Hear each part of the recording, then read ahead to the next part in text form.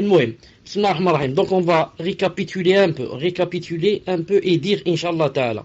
Donc le Mu'allif rahimahullah a dit: sache qu'Allah soit miséricordieux envers toi, qui nous est obligatoire d'apprendre 4 points importants. Le premier, l'ilm, la connaissance. Le deuxième point, la mise en pratique de cette science. Le troisième point, appeler les gens à cette science. Da'wa. Quoi ça sert que j'apprenne si je fais pas da'wa et je n'apprends pas aux gens? Quatrième point, c'est de patienter face aux épreuves qui en découlent.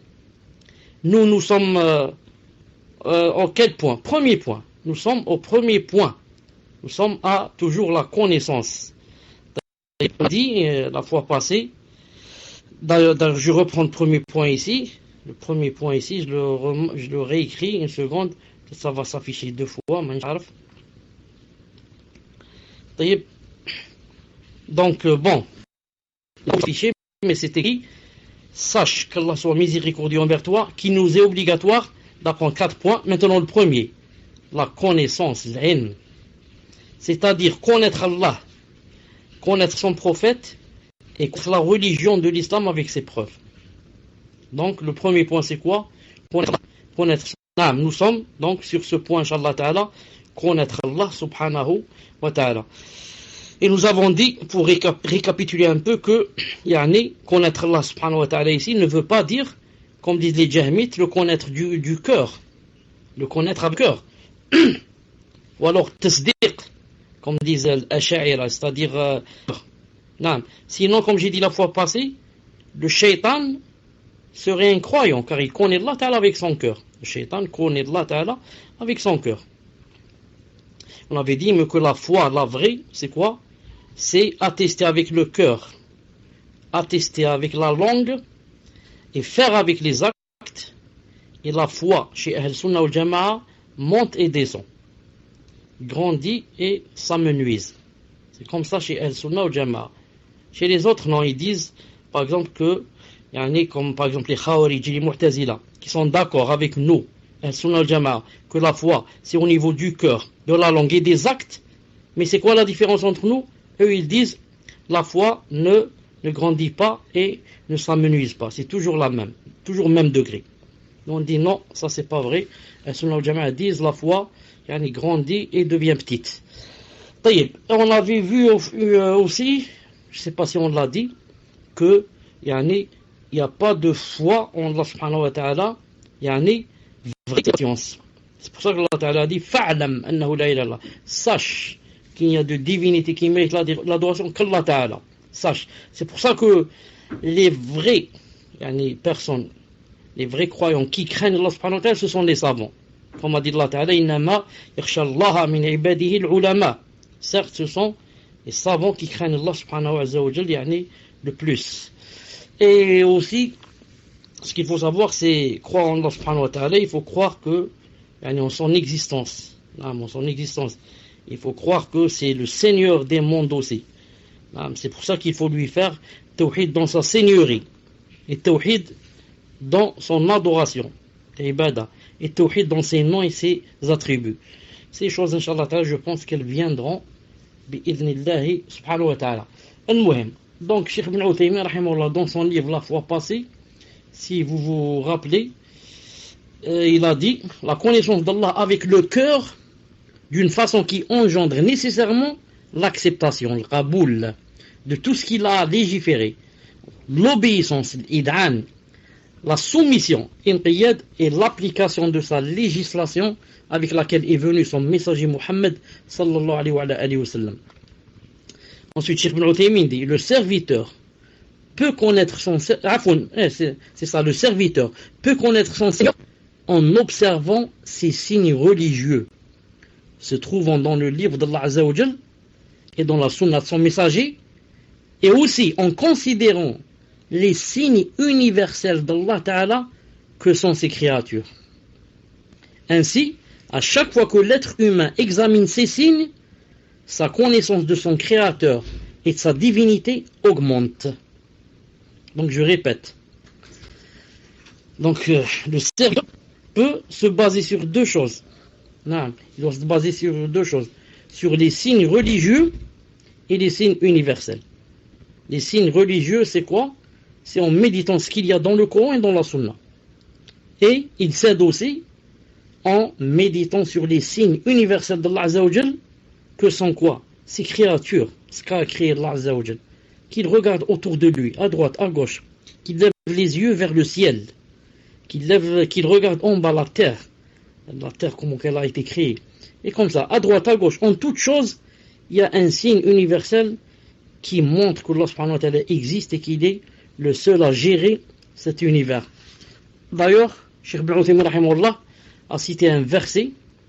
Je vais citer le verset qu'il a cité, Inch'Allah ta'ala. Une seconde.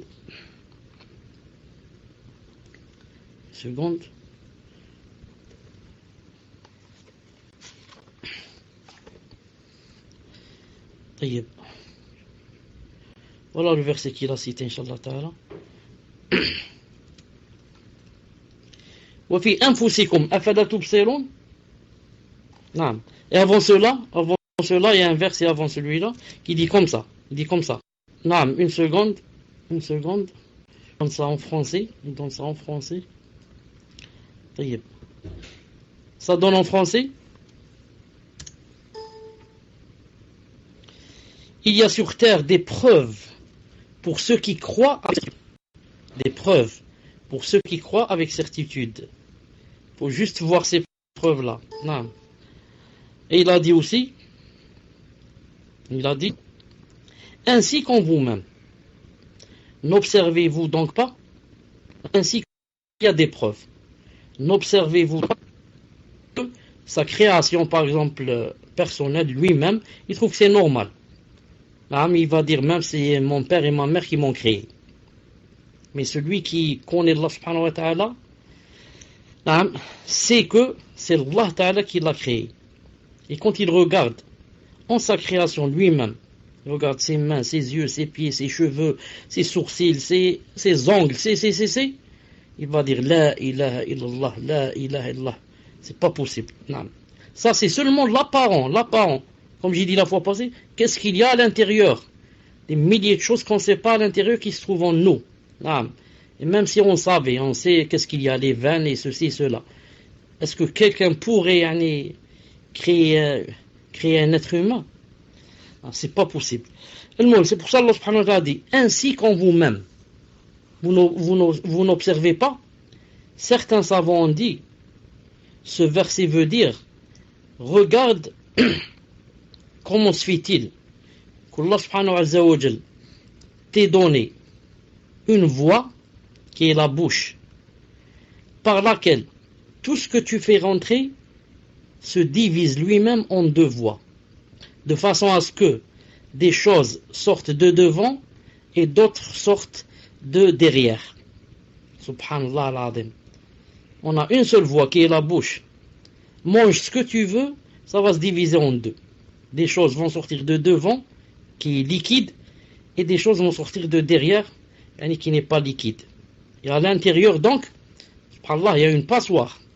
Là, il y a un filtre ou une passoire qui envoie cette chose du côté de l'avant, cette chose du côté du derrière. Taïb. Il a dit. Non. Donc le verset a dit, et on voit, ainsi qu'en vous-même, il a dit, ainsi qu'en vous-même, vous ne voyez donc pas. Moi j'ai ajouté d'autres versets aussi qui se trouvent dans le Coran, en ce sens, qui nous poussent à méditer. Car on vient de voir maintenant que ça se divise en deux. Il y a des signes, religieux qui se trouvent dans le Coran et la Sunna, mais il y a aussi des signes universels. Le fait de voir et de méditer là où on vit, l'environnement. Regardez le verset qui va venir, par exemple, Allah subhanahu wa ta'ala dit dans Sourate Al-Ghashiyah.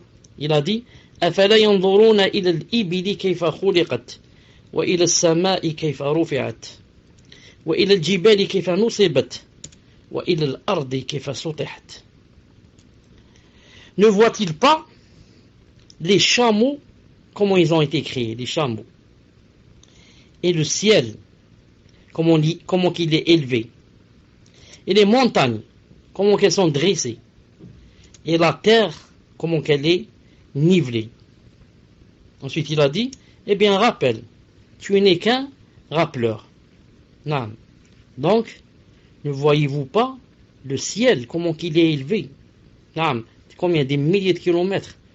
Et il ne tombe pas, il n'a pas de piliers. Et les montagnes, comment qu'elles sont dressées? Des montagnes qui pèsent des milliers de tonnes. Non. Dressées spécialement, non, d'un côté pour la beauté.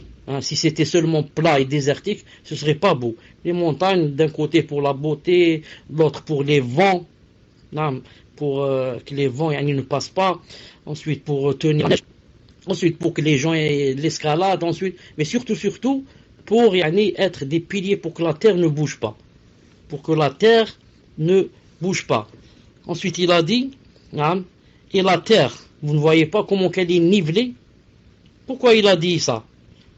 Il veut te dire par là que justement la terre est ronde. Mais le miracle, c'est que nous, on la voit nivelée. Elle est ronde et Allah Ta'ala l'a nivelée. Donc une chose ronde, normalement, elle n'est pas nivelée. Elle est ronde. Mais non, elle est ronde, elle est nivelée. Tu marches dessus comme si c'était plat. C'est ça le miracle. D'un côté, elle est ronde et de l'autre, tu marches dessus comme si elle était plate. Subhanallah al-Azim. C'est ça, le mu'jiza. طيب.